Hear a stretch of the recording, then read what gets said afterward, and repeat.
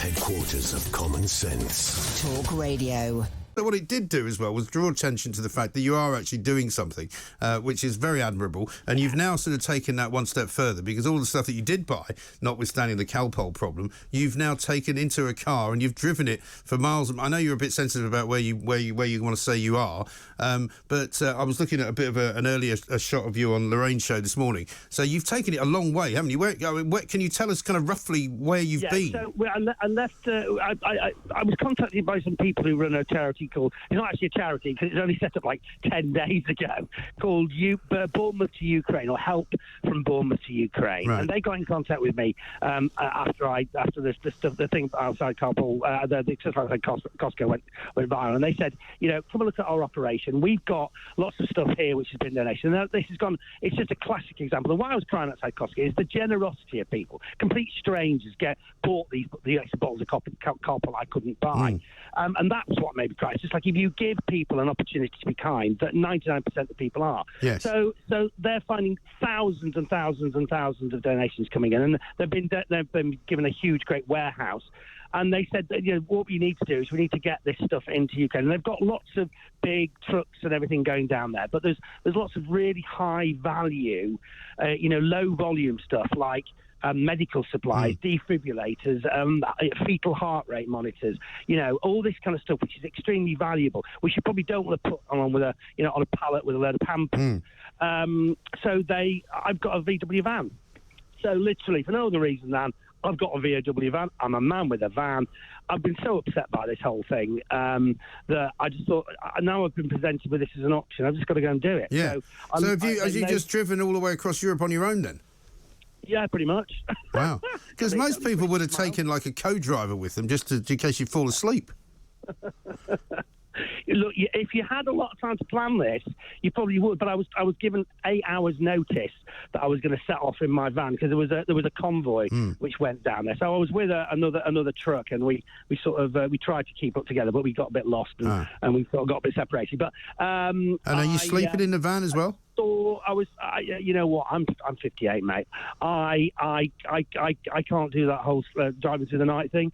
So after I'd eaten the fourth packet of wine gums and the second bottle of Red Bull, and it still wasn't keeping me awake, I pulled into some hotel on the side of the motorway somewhere, because I don't want to kill myself. No, you don't. You really don't. But I made it, and I got it, and yesterday I was at the border. Wow. And actually, one of the big things I wanted to check, okay, because there's lots of people out there saying, do donations you give. Yes. Does the kind of tin of dog food, does the baby nappy, does the medical kit, or whatever it is you donate, does it actually get to where it's supposed to get to? And there's people who say it doesn't, and whatever.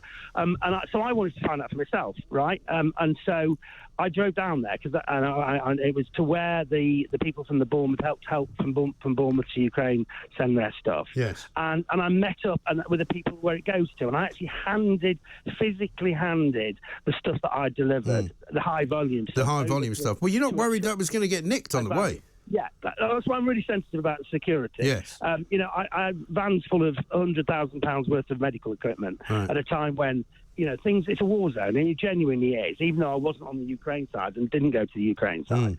I was going to go at one point, but then the guy from Lviv said he could meet me on the Polish side, and so I sort of made that decision that was the right thing to do. Yes. And actually, because I could physically hand him the stuff, right. I handed him the defibrillators, I handed him the surgical equipment, I handed him the forceps and the bandages and the heart defib and all that kind of stuff. So I actually got it. And how did you know him? How did you hook up with him? So he was actually a contact from the help from Bournemouth to Ukraine. Oh, I see. Okay. So, and he's based in Lviv. So he was a well-known contact, because there are some horrible stories of people pretending to be people who will pass on aid, and then they take it and sell it on the black market or whatever. Right. So you do have to be careful. So I think my advice to anyone who's got a big heart and just thinks, I just want to get in my bloody my van and I'm going to drive down there, is bravo, but do it in the protection or with the support of an organisation who do have people on the ground, because I wouldn't have wanted to go there and just rock up in Medica, which is right on the border. Literally, I was actually on the border with Ukraine, and there is this little shanty town where people come in literally they come in through the border, and then they're funneled onto buses, and they're taken to like the holding centre. So earlier on in the day, I went to a refugee holding centre, yes, and I saw the sort of the operation there, which was amazing. And that was also a distribution centre for larger volume stuff that comes through from other parts of Europe and the UK, and literally it comes in there, gets redistributed a bit like an Amazon warehouse, and then passed on to trucks which are taking it around Poland and also into Ukraine. But so I was shown around there by these people. I met these people, who came from the Bournemouth Ukraine charity, and I knew that what I was doing was then going into the right hands. So I think you do need there's no reason to stop you doing it, and it's a very brave and a kind thing to want to do. And I understand the frustration, because look, that whole Costco thing started because I just woke up that morning and it was like, what the blooming heck can I do? I feel so frustrated. I feel so helpless. So people, I know, wake up and feel that.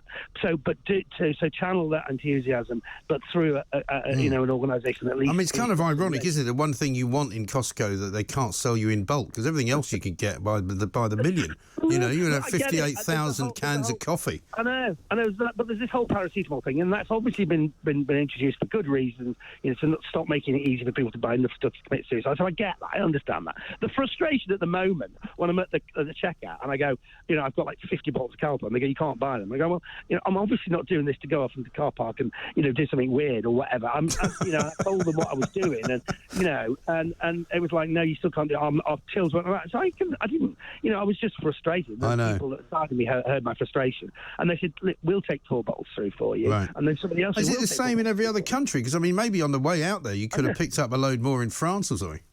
Oh, with more than 8 hours to think about it, I might have thought about that, but you know what? I didn't.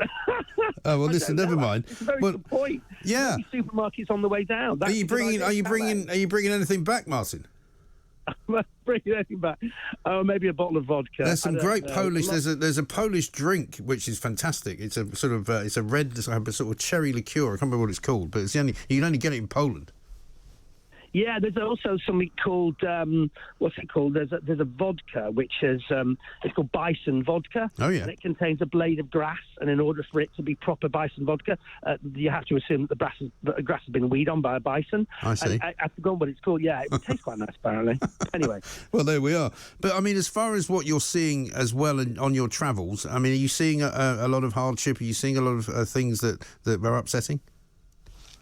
So I went actually to one of the centres, like the refugee centre, and it's like a huge. The one I went to was like a huge, great sports hall. A massive sports hall, and there are just literally camp beds with no space in between them, just filling the whole thing. And these families and children, and the one I went to was specifically for families with younger children.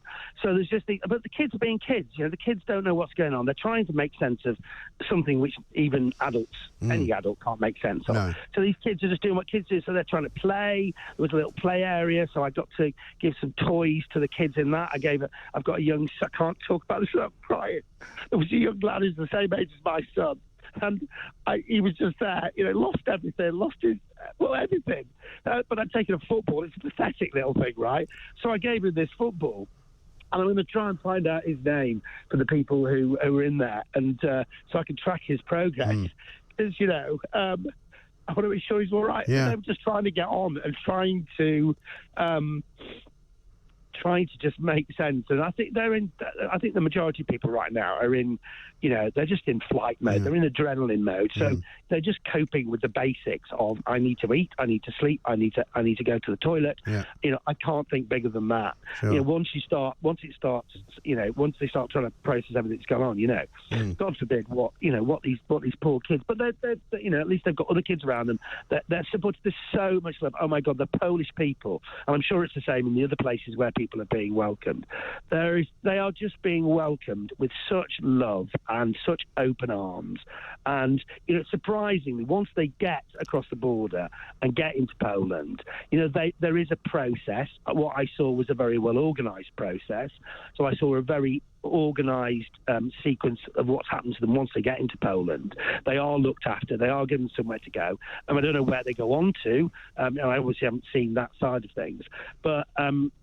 and also the whole distribution of stuff that comes there. The operation there is a big operation. It's chomping through food.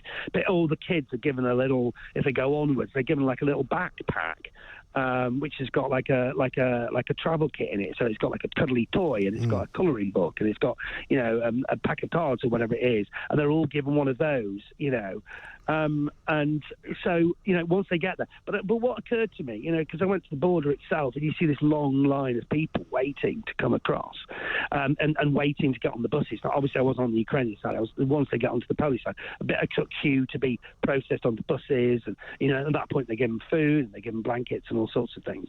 But you just think, well, they're leaving Ukraine. They're going through a border crossing. They don't know what's on the other side. They don't know what their life is on the other side. They don't know how they're going to be treated. They don't know if they're going to be welcomed. They have no idea. And I just put myself in that situation, and maybe you put yourself in that situation. You've lost everything. You're going to a border crossing. You don't know what's on the other side. I mean, it just put yourself there. I mean, it's just extraordinary. Listen, well, it's a great thing you're doing, Martin. Are you heading back soon? Yeah. I've got great plans for because what do I do with this experience that I've had?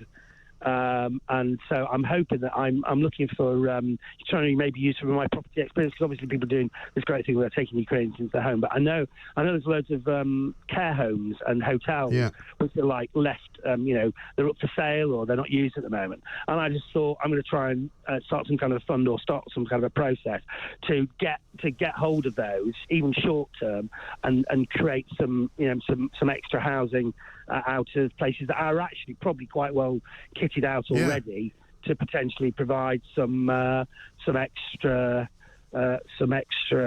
support and extra places to live for people. So you could do a show called Homes Under the Hammer and Sickle. Yes, I think that's a great idea. What do you think? That's off the top of your head. You can patent that one. That's very good. Listen, Martin, it's superlative to speak to you. I'm glad you're well. Hope your journey back is fast. Give us a shout when you get back.